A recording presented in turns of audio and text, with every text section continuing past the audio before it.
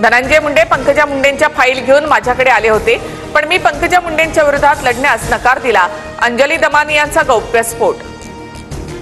धनंजय मुंडेंचे निकटवर्तीय राजेंद्र घनवट यांच्याकडून 11 शेतकऱ्यांची फसवणूक, 20 कोटींच्या जमिनींचा 8 लाखामध्ये व्यवहार केला. अंजली दमानिया यांचा आरोप. विरोधात लढणाऱ्या शेतकऱ्यांचा छळ करत राजेंद्र घनवट यांच्याकडून खोटे गुन्हे.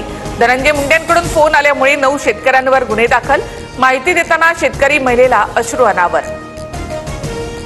मला विनाकारण बदनाम करण्याचा प्रयत्न. अंजली दमानियांकडून आरोपांची कागदपत्र घेऊन तपासणी करा.